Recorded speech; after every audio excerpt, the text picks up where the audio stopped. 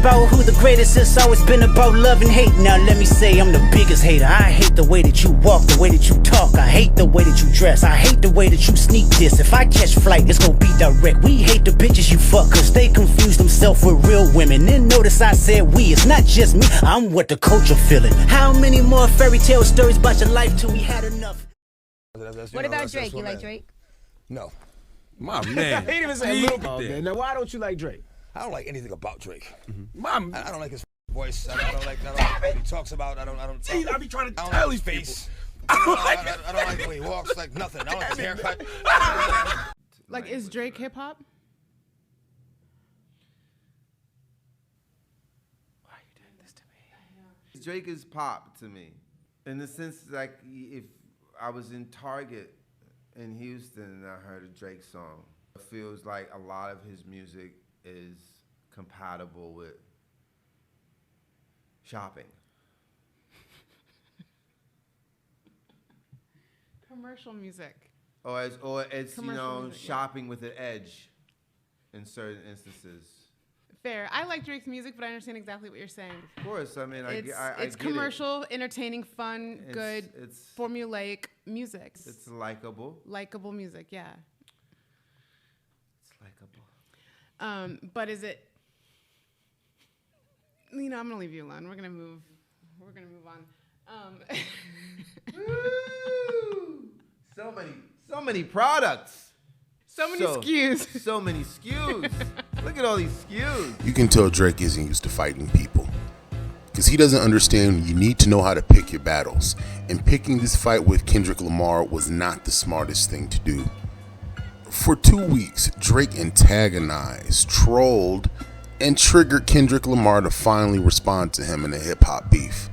These niggas talking out of their neck. Don't put no coughing out of your mouth. I'm way too paranoid for a threat. Like most of Kendrick's verse, this opening line addresses Drake and J. Cole's first-person shooter, where the two take turns boasting about being the GOATs, which Kendrick took personally. Kendrick's opening bar warns them to watch their mouths, with the word coffin likely alluding to J. Cole's opening bar on first-person shooter, returning your song to a funeral. But also notice how coffin is a homophone for coughing, which relates to the neck and mouth, and plays on the idea that someone coughing threatens to get you sick. DOT, the money, power, respect. The last one is better. Say yes, a lot of goofies with a check. This is a play on both checks as in money and blue verification checks on social media, with the underlying message being that there's a lot of dummies with money and or online clout, but both don't mean anything if you're not respected like Kendrick is. But Goofies with a check is also a Drake diss, with Goofy being a cartoon dog, a play on For All My Dogs, and a check being the logo for Nike, who Drake collabs with. Kendrick is calling Drake Goofy, a non-threatening dog that's popular but not feared. Niggas clicking up, but they not be legit, no 40 water, tell them. Here Kendrick undermines the authenticity of Cole and Drake's partnership, with wordplay on the cousins Be Legit and E40, aka 40 Water, who are in a group called The Click. But Kendrick is also nodding to the beat he's rhyming over, which uses the same sample source as E40's song Look at Me. Sound system on, blue, black, buffing on the doobie, almost grubbed. For all your dogs getting buried, that's a K with all these nines. He gon' see Pet Cemetery, nigga. In these final lines, we get a direct reference to Drake's For All My Dogs, with Kendrick claiming to bury those dogs like Stephen King's horror novel Pet Sematary. But this line is a triple entendre. First, K is for Kendrick, a 10, surrounded by 9s, Drake and Cole. Second, K is AK, surrounded by the much smaller 9mm. Finally, K plus 9 makes K9, tying a bow on the dog motif. But also notice how getting buried and cemetery in these final lines call all the way back to Kendrick's opening lines, don't pull no coffin out your mouth. A full circle moment to end this incredible verse. I don't think Kendrick Lamar liked Drake, ever. They did business together early in the 2010s, but for the most part, Kendrick went his way and Drake went his way. If a person who you don't like tries to manufacture some kind of beef with you, the response may be far more intense than you anticipated. See, unlike Rick Ross and Future, Kendrick Lamar didn't like Drake and didn't fuck with Drake, didn't try to collaborate with Drake, didn't try to go on tour with Drake, didn't try to make money with Drake. Whatever his feelings were about the man, he kept it to himself in his circle and moved accordingly. But Drake wanted to seek validation, specifically from rappers who really didn't like him, but had the necessary street cred to keep him relevant in a community that he knew nothing about. And here we are today.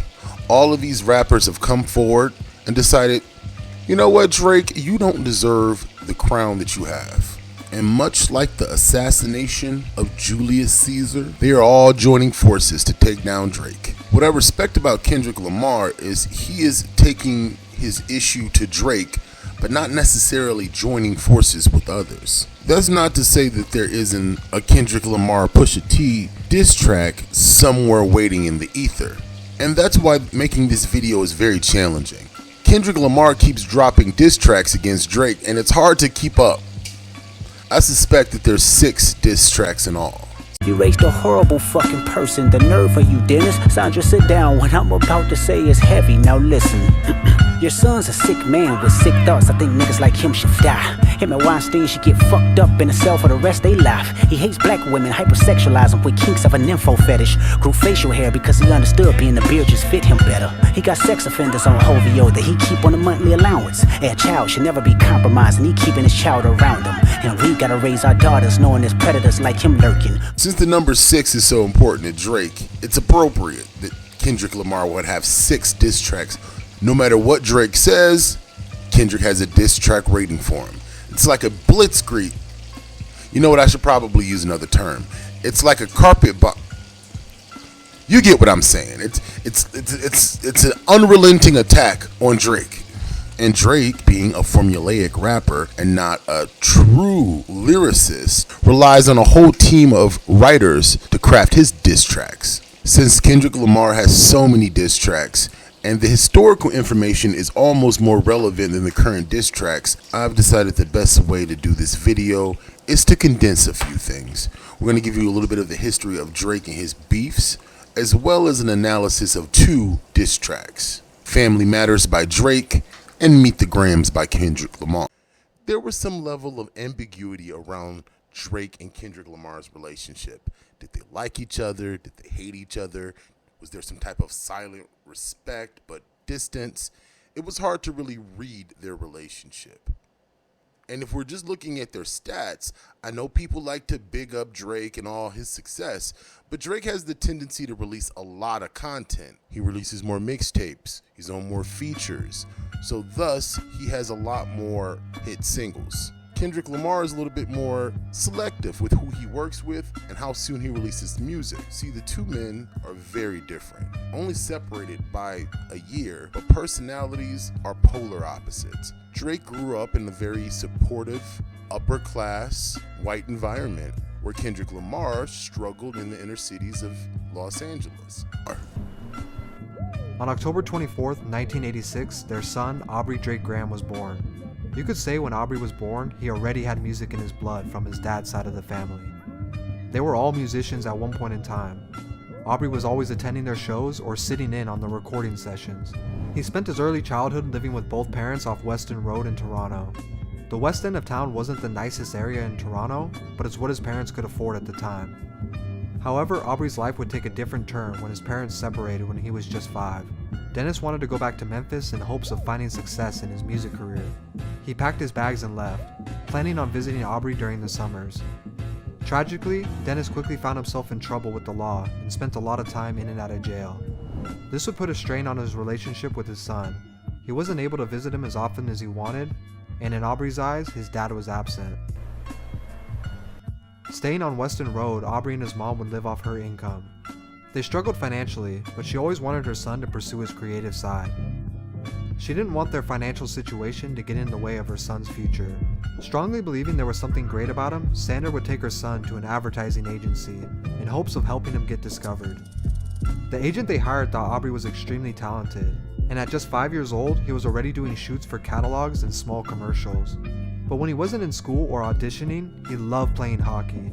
He even played for the Weston Red Wings for a while, until he was cross-checked in the neck and his mom wouldn't let him play anymore.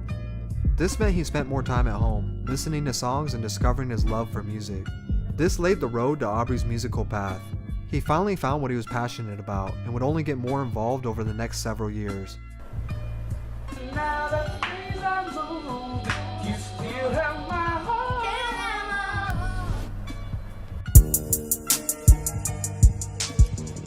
Now that Dennis was out of trouble with the law, he was able to bring Aubrey down to Memphis every summer to visit. This gave him a unique perspective. On one hand, he was used to Toronto's lifestyle, And on the other, he was in the heart of Memphis getting inspiration from an entirely different culture, like 3 6 Mafia. By now he was already experimenting with writing raps and freestyling. Around 1997, Sander decided to move to the Forest Hills neighborhood. Even though this was a much nicer side of town, she found an affordable listing for the downstairs and basement of a home. Their new home had other renters upstairs, while she lived downstairs and Aubrey had his own room in the basement. And it's not to say that since Drake didn't struggle as much as Kendrick Lamar that his experiences don't matter as much as Kendrick Lamar's. But they do say adversity builds character. And if you're a person who's never really struggled and go on to be one of the most successful pop stars of all time, then how much of your character have you developed over the years? Let's take a look at how Kendrick Lamar grew up.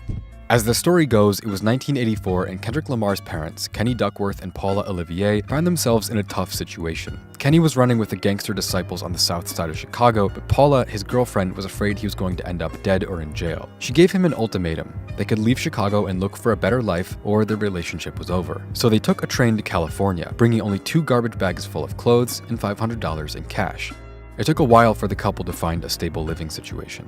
In the meantime, they worked fast food jobs, slept in their car, and sometimes stayed in motels or slept in the park if it was warm enough. It wasn't until 3 years of staying afloat in California that they had finally saved enough to get an apartment, but once they did, their first son Kendrick was born soon after. Kendrick Lamar mostly describes his childhood in Compton as stable inside but chaotic outside. His parents placed a heavy emphasis on education and a safe home environment, and Kendrick has talked about how they always made sure there was food at home and Christmas presents under the tree every year. His mom says Kendrick was always quiet and observant to the point where the family started calling him Man as a reference to his maturity at such a young age. But Kendrick's childhood innocence didn't last long in a place like Compton. He talks about how his dad had a job at KFC, but he eventually realized that his work schedule wasn't adding up. Kendrick had figured out that his dad was secretly working in the streets to make ends meet for the family. His dad says, "I did what I had to do." While Kendrick tells positive stories of walking home from school with his mom, riding bikes, dancing in the living room while his parents listened to music with their friends, Compton was a dangerous place to be, and his parents couldn't protect him from everything. He tells the story of seeing a young man shot dead in front of his apartment building when he was 5, and how he and his dad accidentally got caught up in the Rodney King riots when he was 6, watching people loot stores and light buildings on fire from the window of their car driving by. There are many stories about Kendrick's youth, with the one constant being that all he did was write. Even in middle school, he was writing non-stop every day. His love of hip-hop ignited by the time he and his father saw Tupac and Dr. Dre filming a video outside of the Compton flea market. While Kendrick got good grades in high school, he was surrounded by what most people would consider a bad crowd. Like I mentioned earlier, his life was stable inside but chaotic outside. While Kendrick never went to jail or joined a gang, he found himself towing the line of crime more than once, whether it was getting shot at or taking a friend who had been shot to the hospital or driving around Compton with guns in his car. It got to a point where his parents kicked him out of their house for a while. Although Kendrick was smart, focused, and motivated, even someone as naturally gifted as him couldn't completely avoid the trouble he was surrounded by. The pressure to give up his potential and lose himself in the noise of Compton was ever present. If it weren't for the people in Kendrick's life pushing him in the right direction, anything could have happened to him. The fact that Drake and Kendrick Lamar grew up in completely different types of households, different types of neighborhoods, is not the only reason why Drake and Kendrick Lamar can't really see eye to eye. Drake has always been known to be a culture vulture. Throughout the last 16 years, we've watched Drake go from accent to accent, incorporating different parts of the black diaspora to build some type of phony mystique.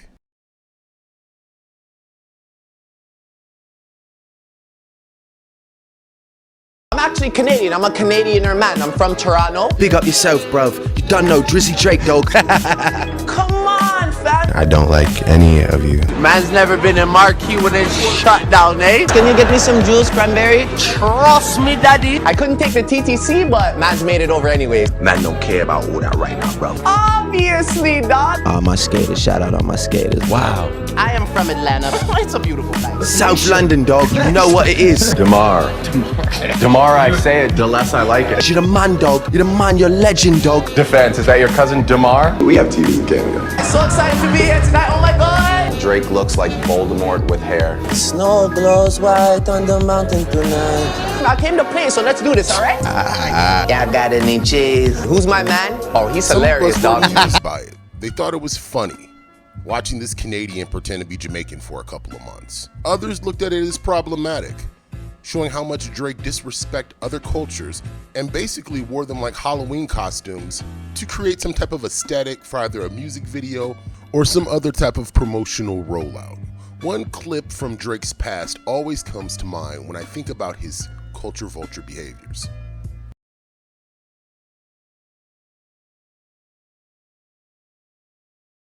It was candlelight, it was really dark, really romantic. Got to know them much better, so it was fun. Do you have like your words up there that like kind of funky and weird? The guys at our school, instead of addressing people like the group, like saying like, what are you guys doing? Say man's like you. It's really weird. Yeah, so man's like you are going to that, and then this means like the group. Crew. That's interesting. It's not, it's really ignorant. What about rude? That's rude. No. That's a good thing? That's fat. That's dope. Yeah, I hear that. But these are old school, like. Yeah, those are old school. I don't want chocolate. Now, apparently the slang that Drake is using in this clip is some type of UK Caribbean slang, and Drake actually thinks that it's cool. But when he's around a non-black circle, he uses it in a very tokenized fashion. And let's remember, Drake is neither from the UK nor is he Caribbean. This slang, this accent that he's putting on, is borrowed. And this is an approach that he used for his entire career. Adopt a black culture, tokenize it for attention, but also hold some type of deep-seated resentment towards that community. A common reframe that all of Drake's detractors make is that he is not authentically black. And it goes beyond just the fact that he's biracial, because J. Cole does not experience this kind of disrespect. The fact that Drake is biracial, not from America, and is clearly a pop rapper are the three reasons why he's always getting criticism. And in the last 16 years, this man has not developed himself as a rapper. If anything, he's regressed.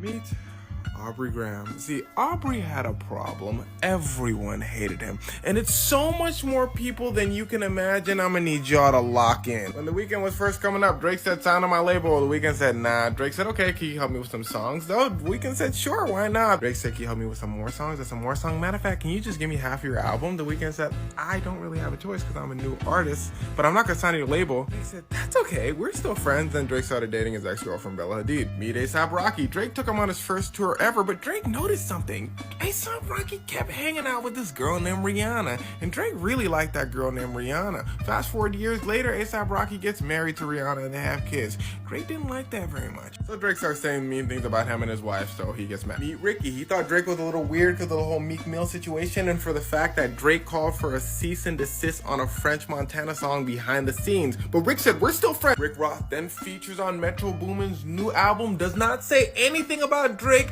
but Drake took it some type of way. So Drake invites Rick Ross's ex-girlfriend to his concert. Rick Ross doesn't like that very much, so he gets upset. Which brings us to Metro Boomin himself, who's the man who kind of started this whole thing. See, Metro didn't really like Drake because Drake has always been weird in the industry. He thought it was a little strange that Drake was still getting awards for an album that nobody listened to, and Metro was not getting any awards for his album that everyone listened to. Drake said, screw you. Metro said, screw you back. Future didn't have no big problems with Drake, but he's very close with Metro Boomin, and he's been in the industry a long time. He knows. So he probably thought, I see where Metro's coming from, but it wasn't that deep for him. Drake didn't see it that way. Future, you chose your side. I don't care if you're talking about me or not on the album, screw you too. Pusha ain't really had no problem with Drake like that, but I need you to pay attention. Drake had a problem with Pusha T because Pusha T had a problem with Drake's mentor, Lil Wayne.